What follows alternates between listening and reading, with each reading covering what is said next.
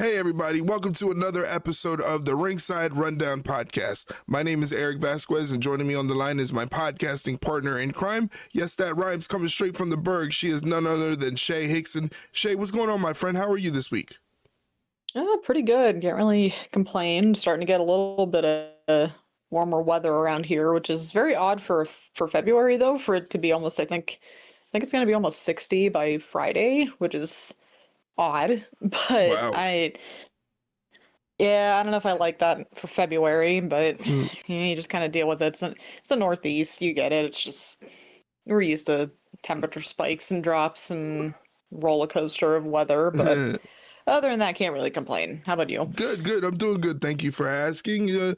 Just another day, just going through the motions and getting ready for this podcast. Excited to get into today's episode. For those of you that are new here, first off, welcome.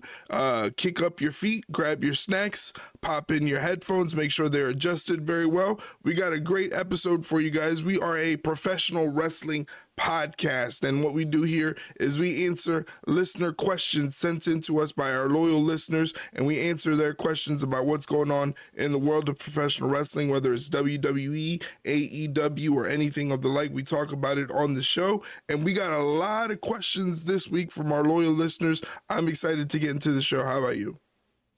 Yeah, I'm excited. So let's get right into it. All right, so let us start off with Mom's questions and comments. And she starts off by asking, does anyone really care who the masked man is attacking the Vision? Because she sure doesn't.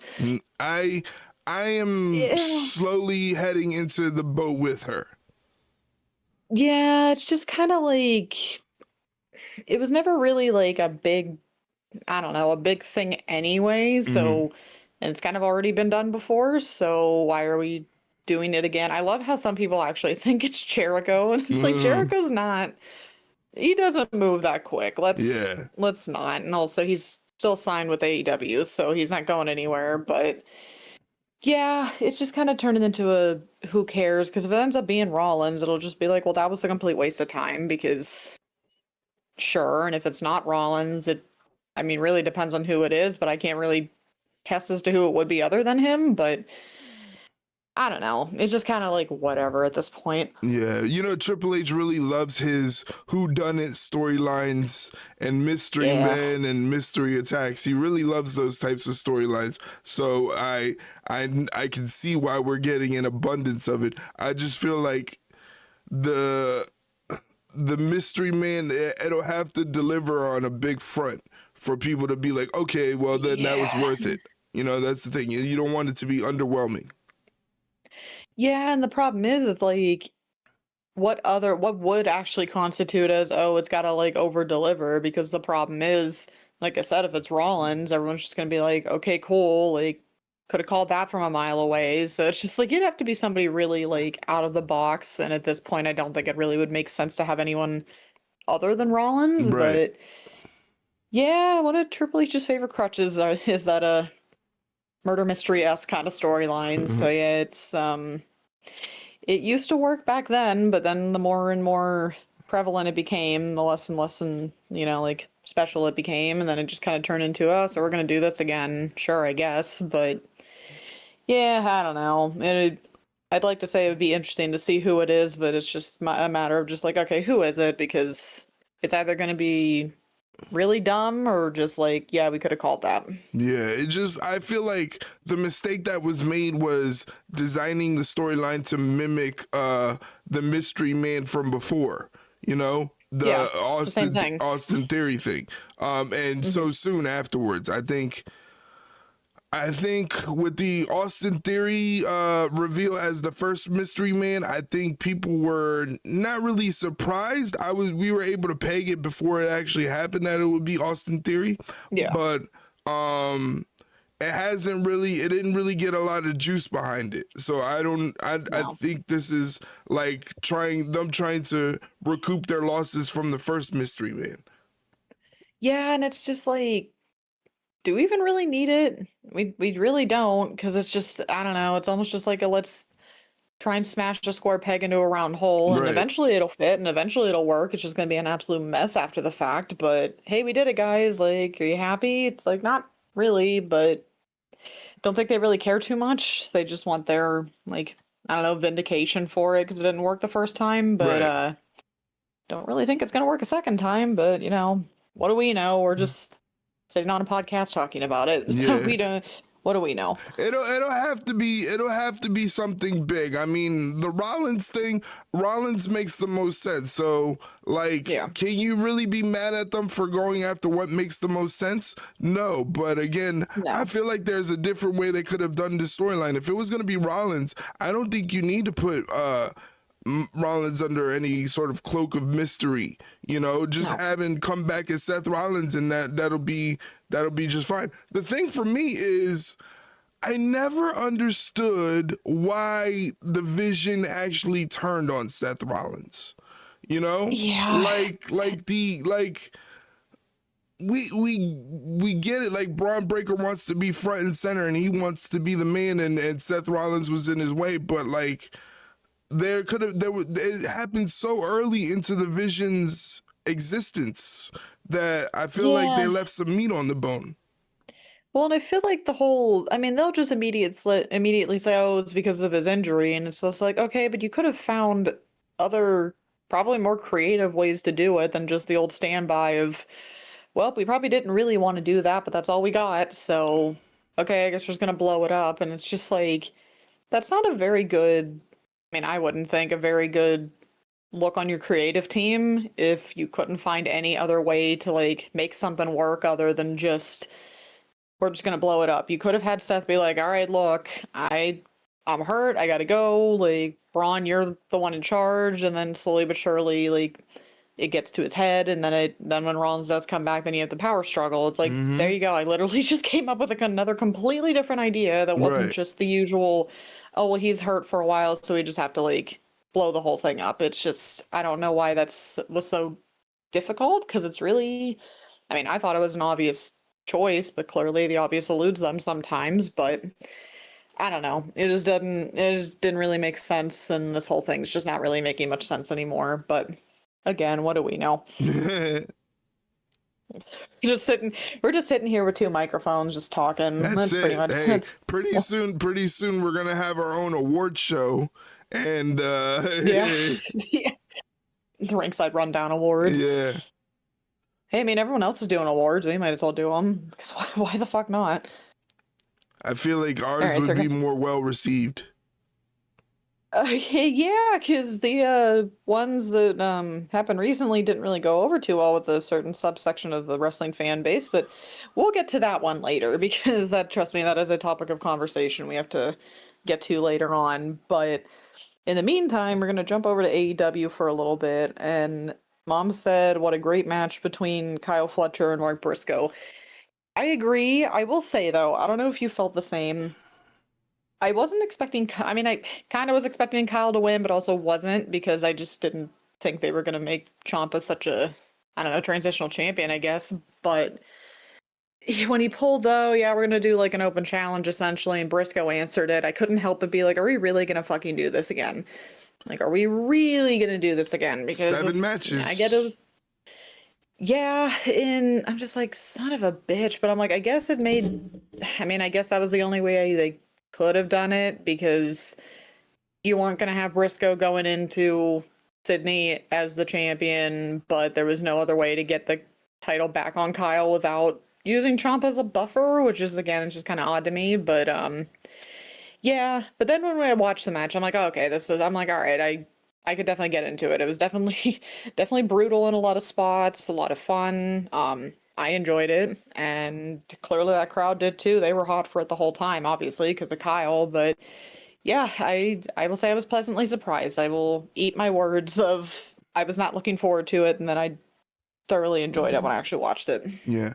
I thought the match itself was great. I thought it had a real old school ladder match feel to it where like they weren't doing anything outrageously crazy, but they were still using the ladder and having those spots that, you know, make you go, "Ooh, that was nice," you know. So they had a really good match. I am just still perplexed at the idea of Tommaso Ciampa only holding the TNT title for 11 days and then giving it to Kyle Yeah. Fletcher. I don't really get that. I don't get the whole idea. I've never been a fan of transitional champions, and that's exactly what that No. was. So I don't know what that was really. No, because it doesn't really benefit Ciampa, that's for damn sure. I mean, granted, maybe it gets him sympathy among the fans, but even then, it's just like he doesn't need the sympathy. He just needs the support because he's just coming off of his WWE contract, coming straight into AEW. It's a big deal. Like, oh shit, he's actually going to be the champion.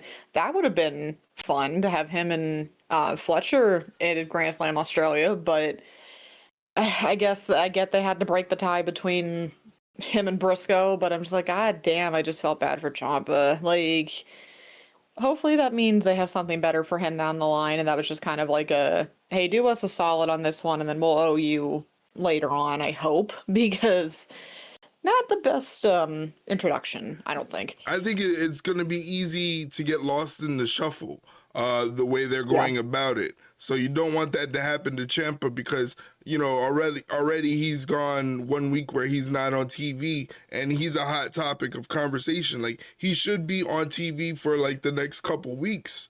You know, he should be prevalent in the program. Give him something to start him off hot in AEW and then cool him off. I don't think the 11-day title reign was the right thing to do.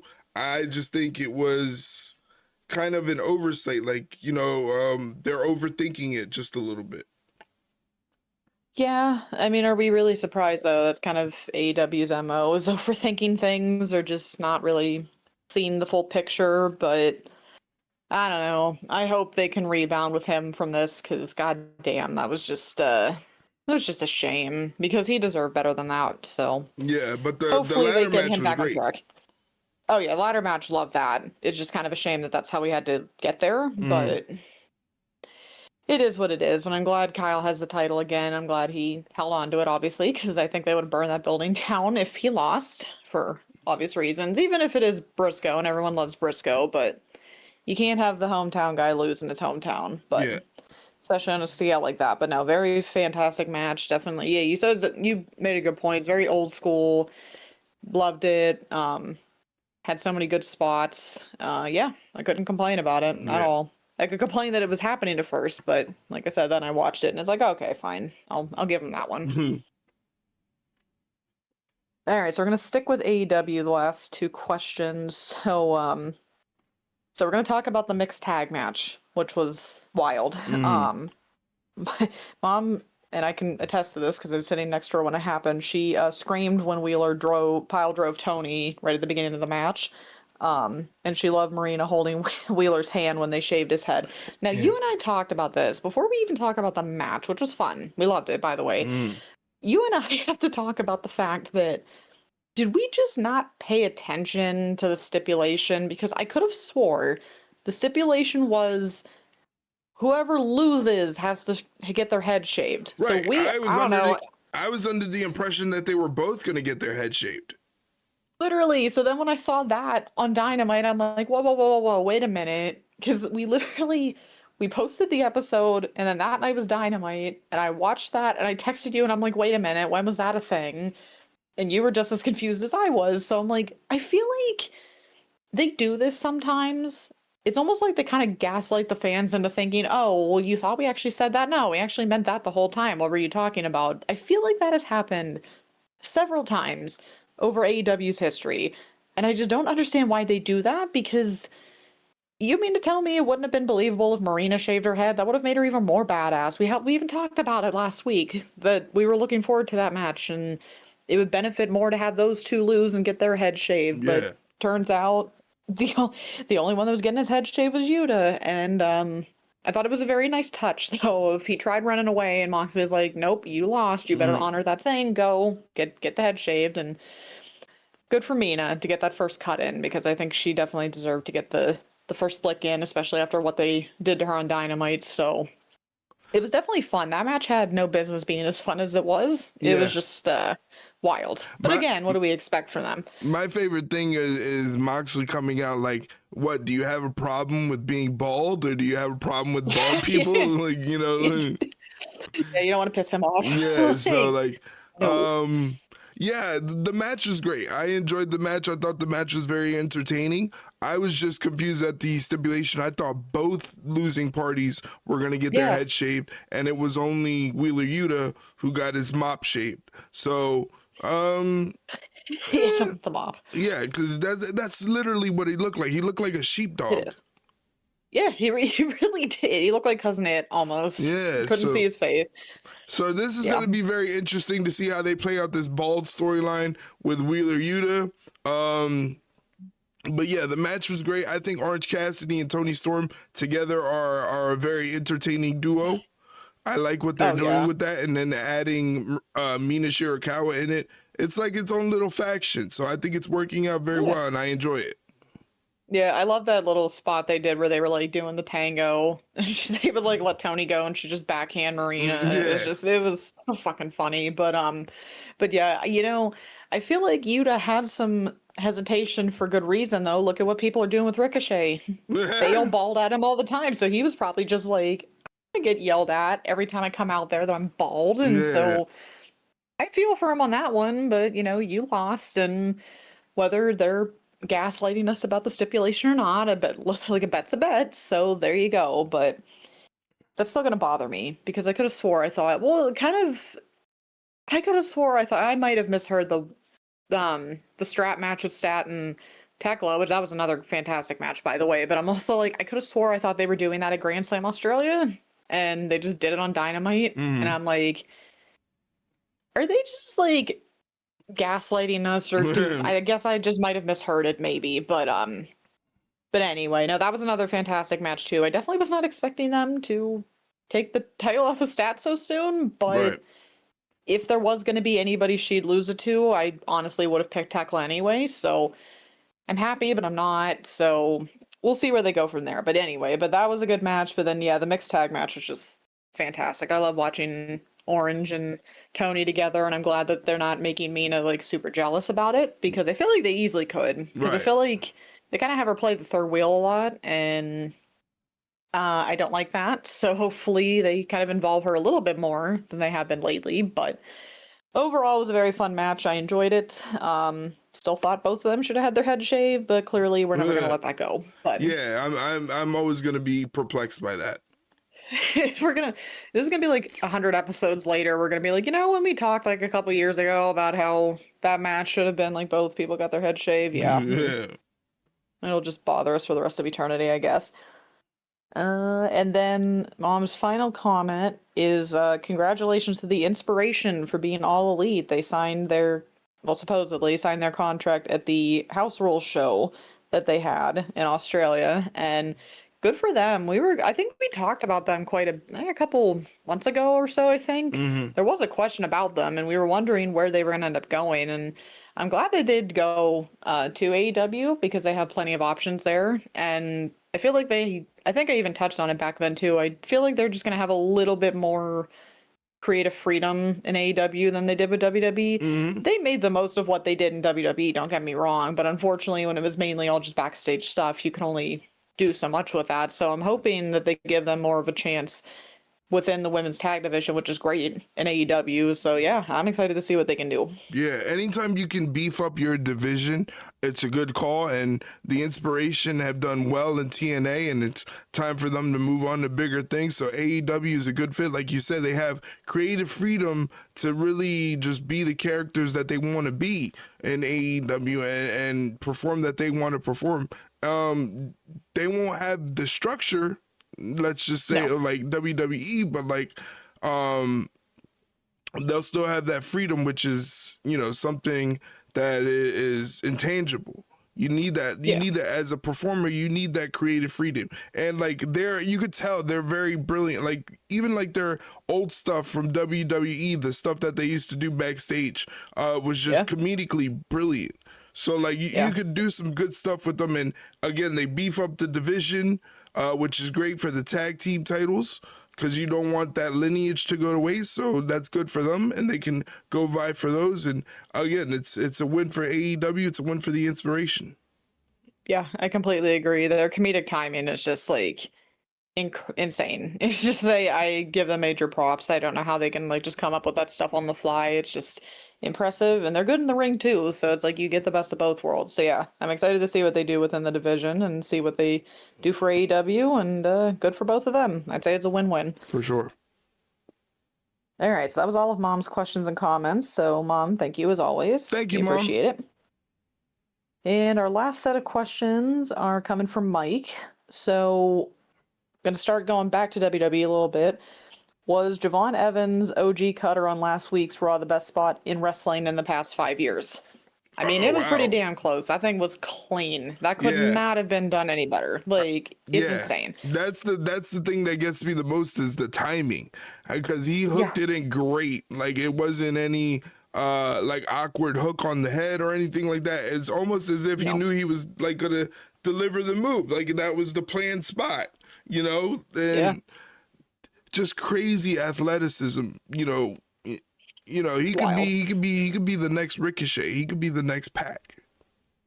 Yeah. I mean, hell, and he's in the Elimination Chamber, and it's only 21, which is just wild, but that was I'd big, say he's earned putting him in the Elimination Chamber. I didn't think that they were going to do it, but I was saying during the stream on Monday Night Raw, like, you know, if they really want to do something different, go with Javon. Yeah. I think going with Javon is a smart idea. He's young, he's cool, he's fresh, he's different, he's bouncy. He makes the people actually pay attention to what he's doing in the ring because everything he does is so captivating. So that's why I think he's going to be a great fit in the Elimination Chamber. He's going to do something crazy in the Elimination Chamber, and I can't wait. Oh yeah, and I honestly couldn't even like predict what he would do because just the stuff he can do is just, it's almost limitless. So you can't even predict. You just know he's going to do something. You just can't put your finger on what. But I'm sure as hell excited to see it because it's going to be insane. If it's anything like that cutter, oh boy, it's going to be something else. Alrighty, so do we like the idea of NXT having a faction of second generation wrestlers actually leaning into that their parents used to be wrestlers? I do. I like it. I like anything. I like anything that plays on real life. You know, if you can bring a little bit of reality into whatever you're doing in the storyline, I'm with it. So I think it's a good idea to have a little faction of second, you know, generation superstars, which they've done before. Everybody remembers Legacy, you know, so it was successful. So I think it's going to be very successful in NXT. Yeah, and I feel like if they're going to do it, you'd almost have to automatically have them be like a heel team because, could it work for a little bit as like a babyface faction? Yeah, but then it kind of would run its course rather quickly because then it could probably just start turning into like pretentiousness without it like accidentally turning into pretentiousness. So I feel like that's just better suited for a heel persona or a heel faction because then you could just be as pompous and stuck up and like obnoxious as you can be because that's what most people think of like second generation like nepo wrestlers, or it's just like, oh, you're only here because of your parents. It's like that's the perfect time to lean into like the bad guy part of it. So yeah, I mean, why the hell not? Let them do it. Or like you said, with Legacy, it's worked before. Yeah, I definitely would lean into the perceived nepo baby situation and just be like, who cares? You know, like that we're here, we're gonna do our thing, and we don't really care what other people think or how we got here. We're here, we're gonna just do it. So I think it's really set up to do well. I think it's gonna be something that's very interesting in NXT, and I can't wait to see how it plans out. Yeah, I completely agree. So we'll have to see how it goes. All right, so funny enough, we just talked about this like 3 questions ago. So obviously the IInspiration signed with AEW this past weekend. Who would we like to see them feud with first? Probably, I think they would do well against the Sisters of Sin. I was going to say that too. Yeah, because honestly, I think not even just because of the IInspiration, but also I think they need to do something with Sky and Julia because right now they're kind of just being overshadowed a little bit by Tekla, which I mean, it's a very easy thing to do because Tekla is a very like magnetic type of personality and whatnot. So yeah, I feel like they need to give them something to do. So yeah, could you just imagine just that like stoic demeanor of like the Sisters of Sin and then just like the wackiness of the IInspiration? It would play off each other so well. Yeah, that and Megan Bayne, Penelope Ford. I'm really starting to enjoy them as a team. So that would be Oh good. yeah. So they have a lot of options. They have a lot of options to go through and be a part of the division. And like I said, they're gonna beef up the division, which you can't complain. You just hope they don't get lost in the shuffle. But the thing is, with the women's division, it's still so kind of brand new that it's kind of like we'll take Yeah. anybody we can get at this point right now. You know. Yeah. I So completely agree. yeah, so I'm really excited to see what they're gonna do in AEW for sure. Yeah, I can't wait either. It's just a matter of time before they show up on TV. Maybe this week. Who knows? Maybe. But we'll have to wait and see.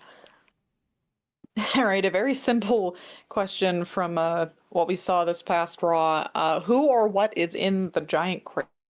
The giant crate, a major award. It's a major award. It's a lamp.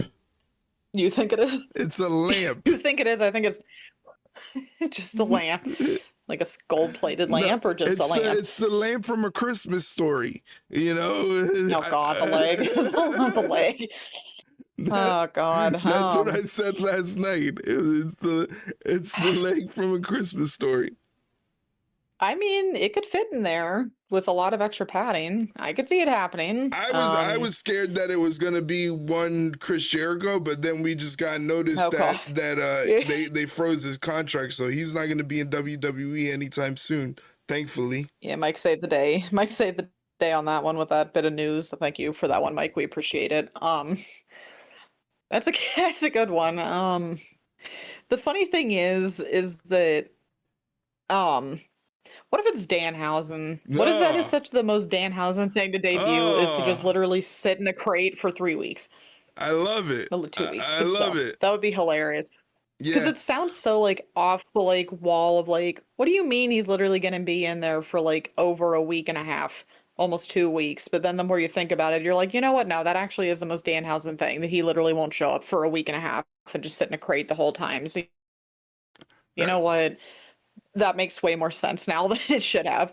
I'll tell you that the mystery man and the crate situation, they really like their mystery. Yeah, they really love their mysteries.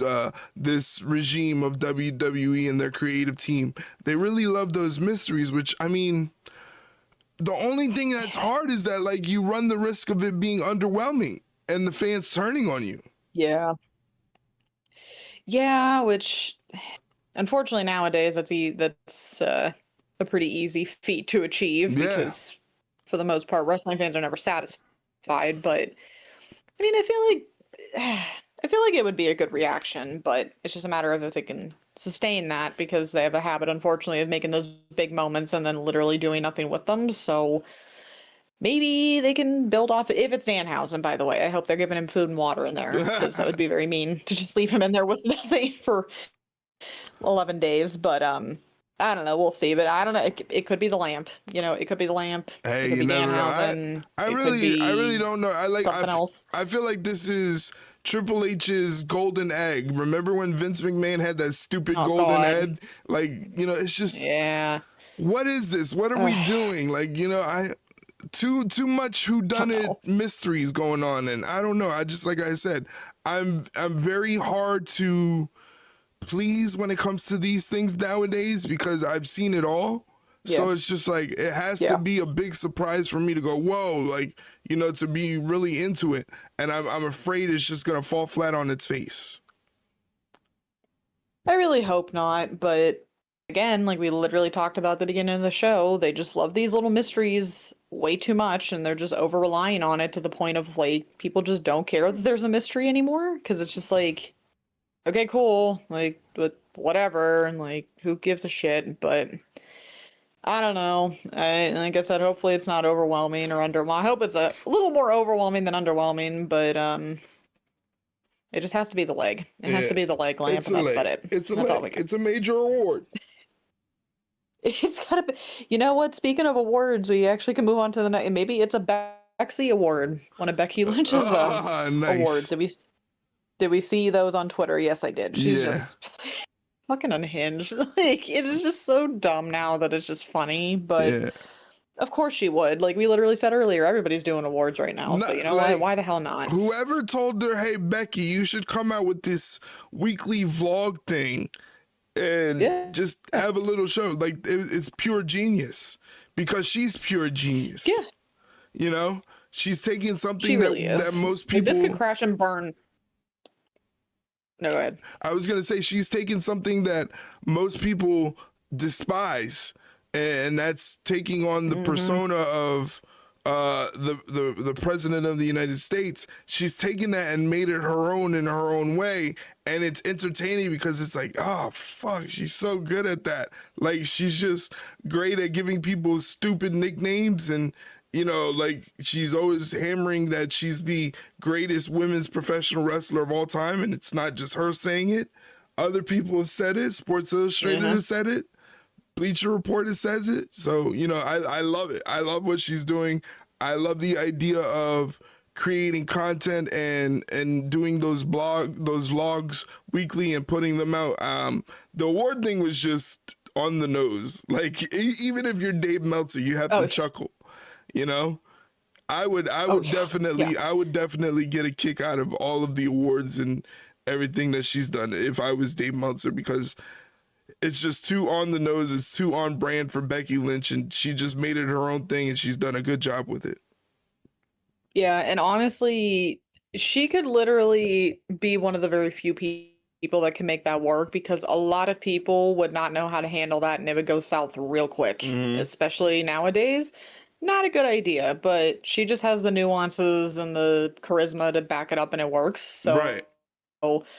I'm not surprised. It's just she's just too good. Like anything you give her, she's gonna excel at. So I'm not surprised, and I'm not surprised. And but I am a little mad though that we did not win a Bexy award. But you know what? We'll have to try next year, I guess. But we did our best, I guess. I don't know. I guess we weren't praising her enough on the show, which is Sorry, Becky. I feel like maybe we need to we need to step up our game a little bit. But we'll try for next year.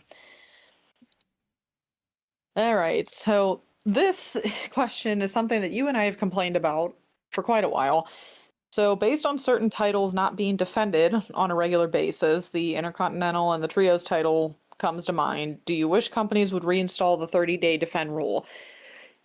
Yes, but I feel like they don't do it because then they can't hold themselves accountable for Mm-hmm. most part. I feel like if you put yourself in that deadline and give yourself that deadline of, okay, well, they have to at least defend it once in the month or within 30 days, then it actually forces them to actually have creative plans. Whereas I feel like if you don't, you get away with just the, oh, well, I mean, we can just kind of like let it slide for a little bit, even though wrestling fans are not that aloof. They're Mm-hmm. very quick to point out, hey, these like titles haven't been on TV in this many weeks. Hey, they haven't been defended since I don't know, a month and a half ago. Like, what the hell's up with that? I mean, hell, we were just barbecuing Jade Cargill's reign because she just had her first title reign against Jordan Grace. Was it last week, if I remember Yeah. correctly?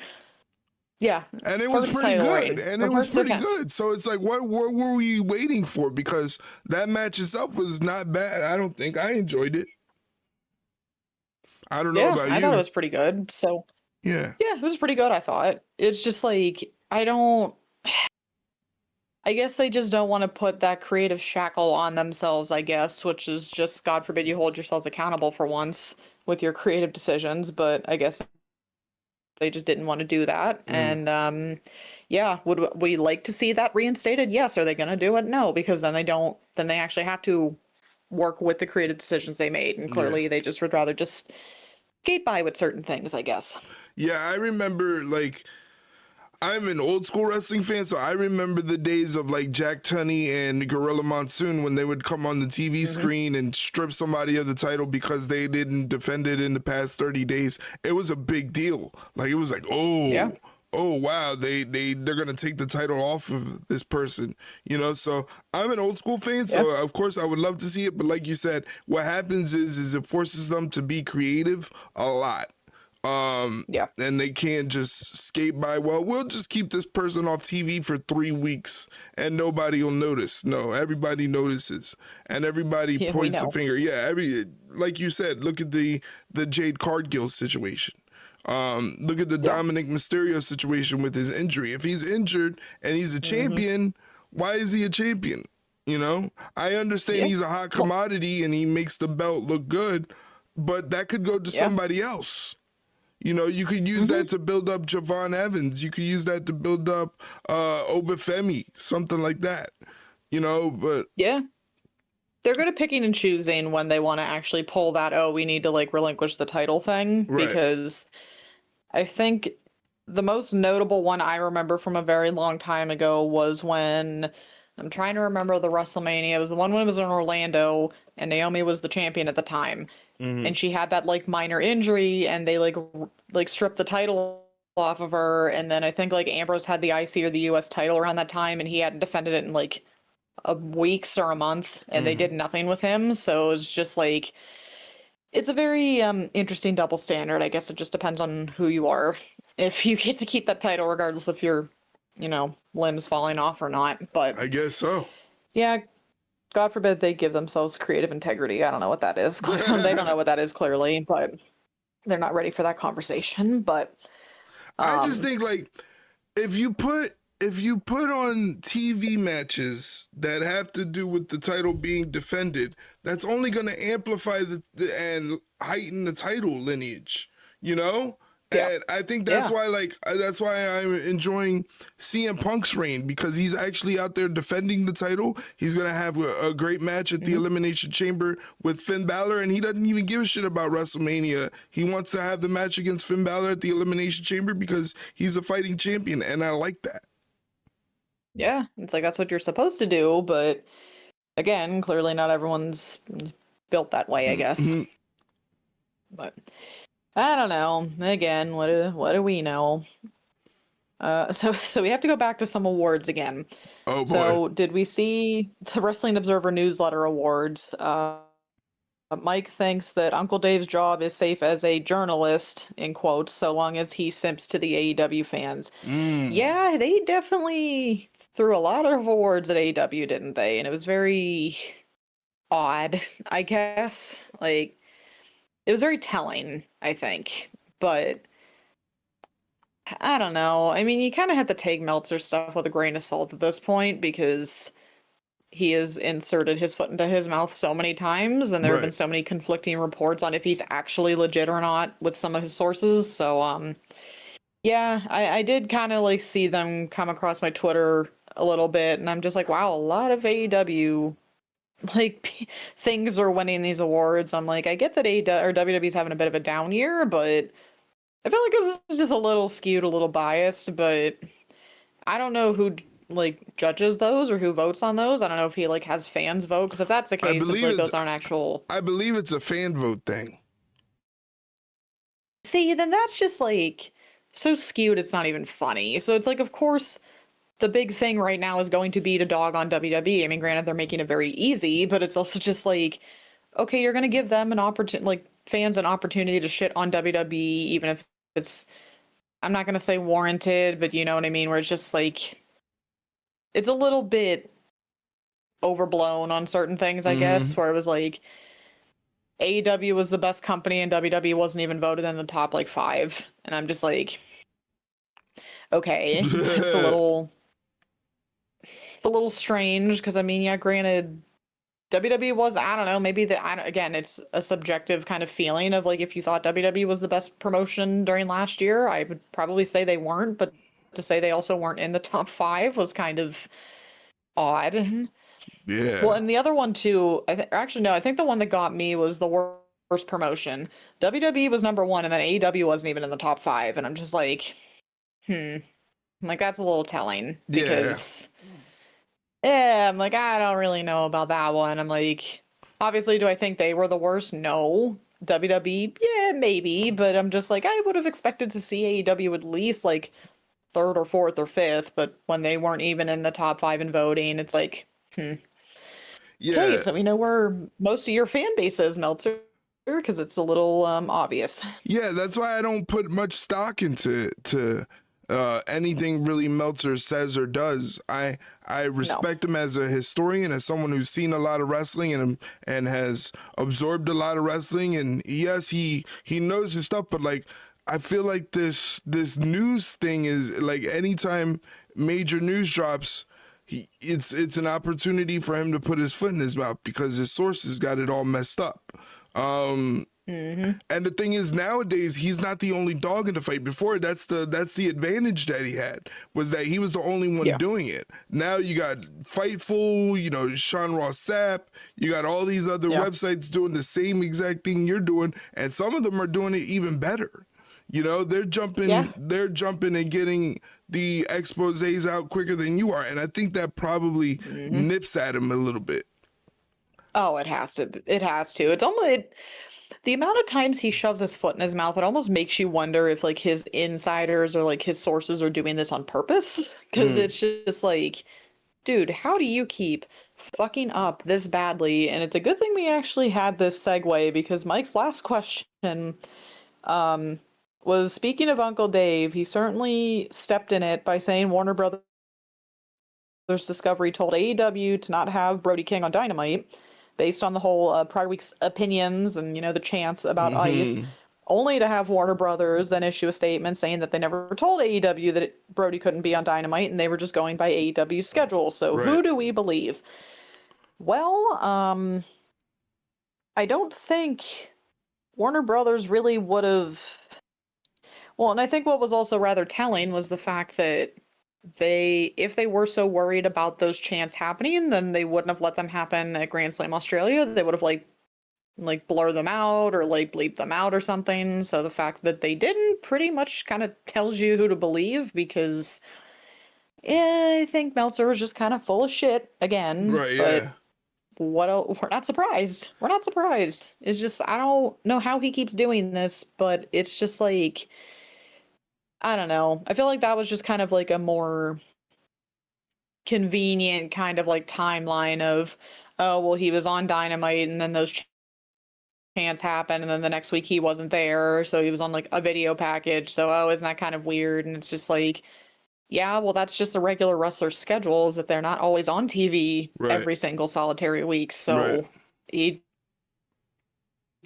kind of just blew that one out of proportion a little bit. And you knew it was serious enough when Warner Brothers came out and said, yeah, no, this isn't actually what happened. Because usually when it comes to, I don't want to say maybe petty stuff like this, but maybe just like minor, I suppose, in the grand scheme of things, kind of situations as compared to some others, for them to actually come out and say something and be like, yeah, no, he's lying. We never told AEW to do anything.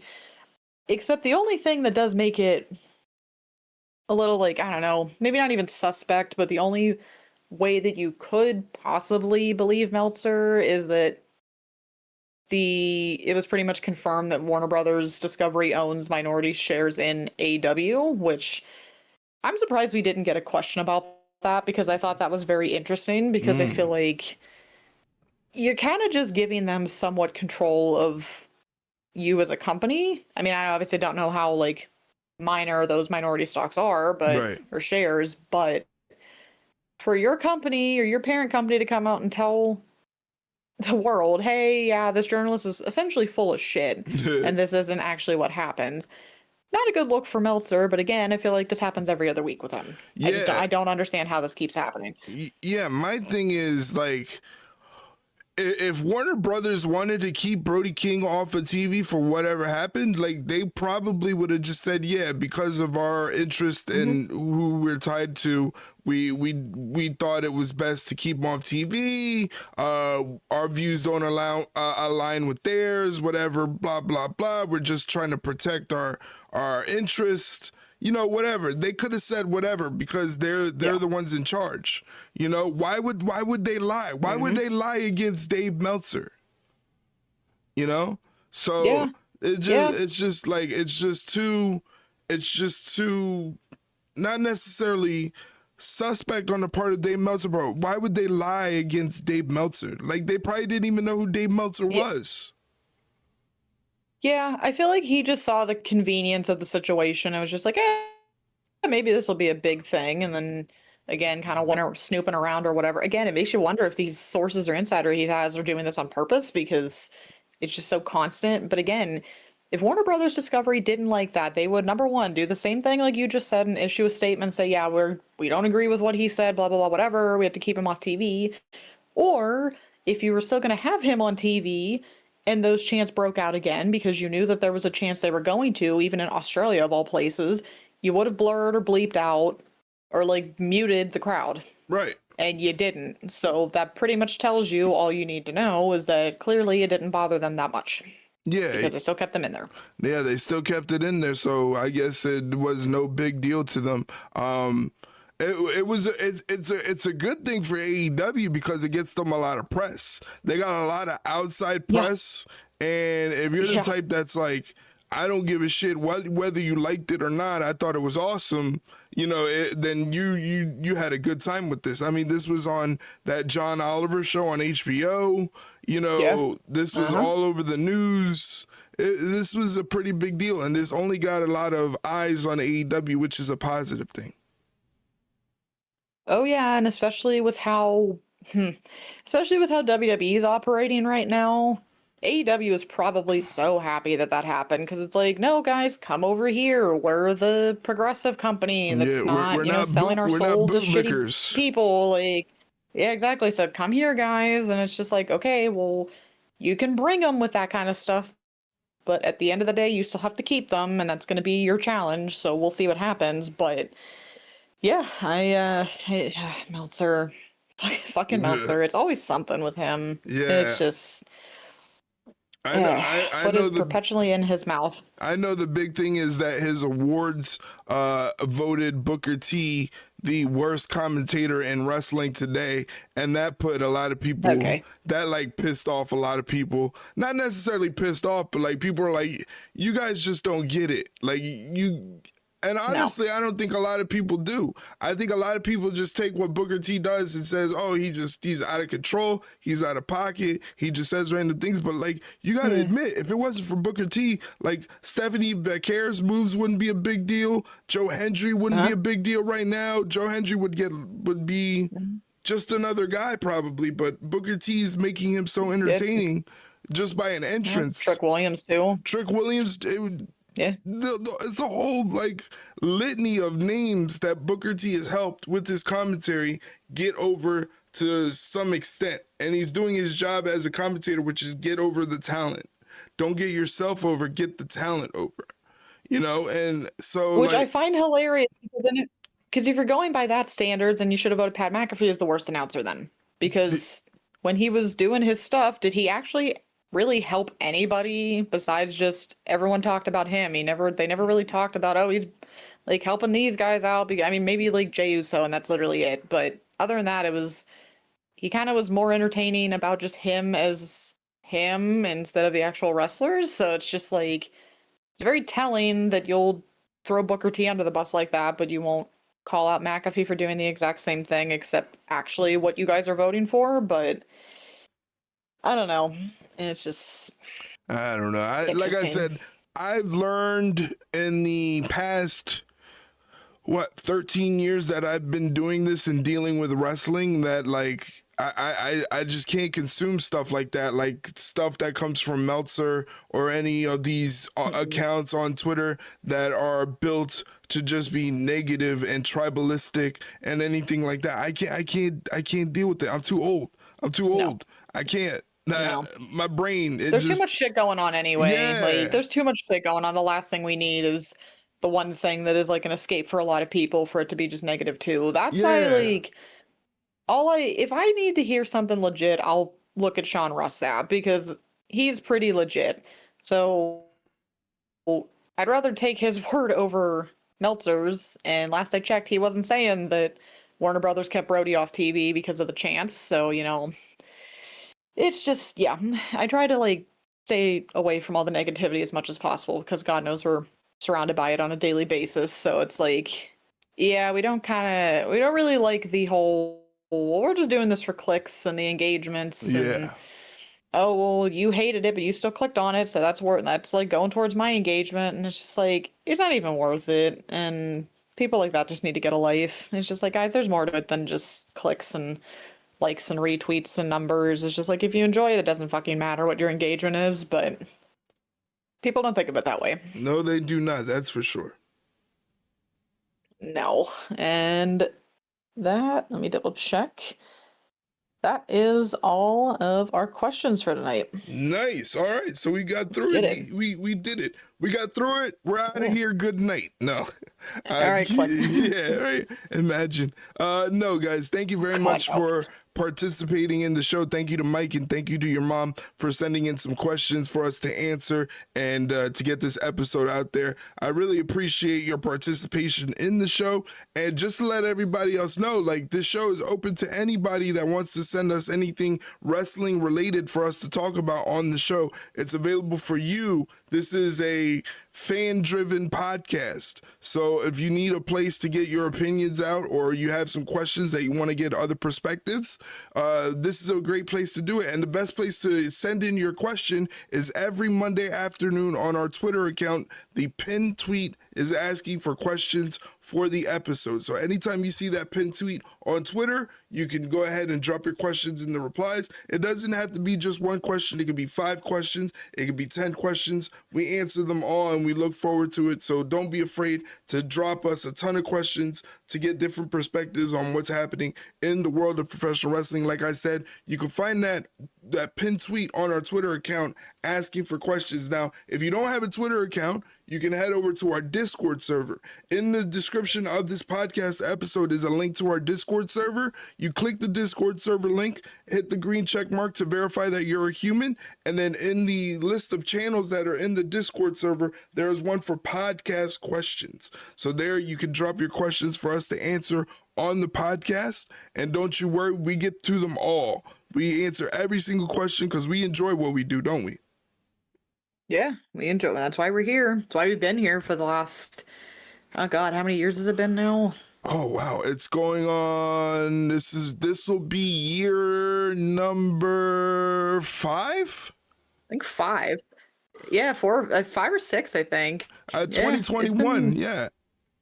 Yeah, 5 years. Wow. So yeah, if we didn't enjoy it, trust me, we wouldn't be here right now. So take our word for it. So again, if you want to participate in an episode, pay attention to our Twitter account at Ringside Rundown. Again, that's at Ringside Rundown. The pin tweet every Monday afternoon is asking for your submissions of questions, comments, opinions on anything wrestling related. Now, if you're just catching a snippet of this show and you want to find out where you can get more Ringside Rundown podcast content, head to our link tree, and then you could find multiple platforms on our link tree. Again, that link is in the description of this podcast, and you can find multiple links to the podcast. This podcast is available on all platforms like Spotify, Apple, iHeartRadio, Amazon Music, Audible. Basically, wherever you listen to podcasts, you should be able to find it. All you have to do is just search Ringside Rundown, hit the follow or subscribe button, whatever the platform asks of you, and you will never miss an episode. We come out with an episode once a week, every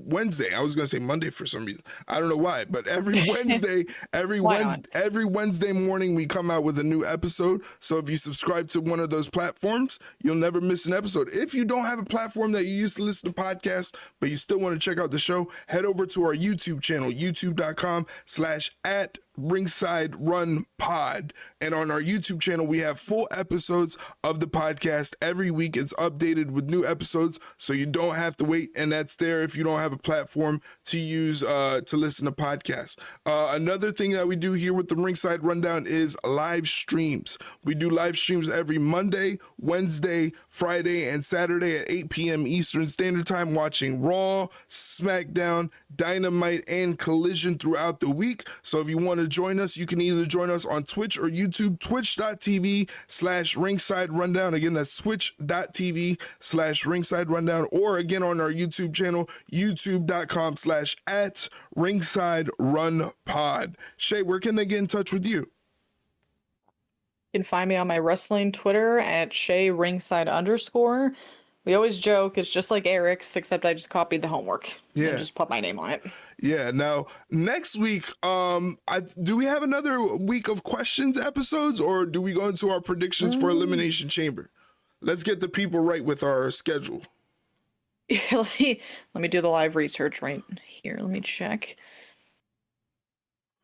I think no. That's not how you spell that. The Elimination Chamber is on the 28th, so I think we do have what? No. Yeah, so next week would be predictions. Yeah, if it's the 28th, so it'd be predictions next week. All right, so next week we'll have our predictions for the Elimination Chamber. However, I do think we should still take questions because 2 of the matches on the Elimination Chamber card are the actual Elimination Chamber match.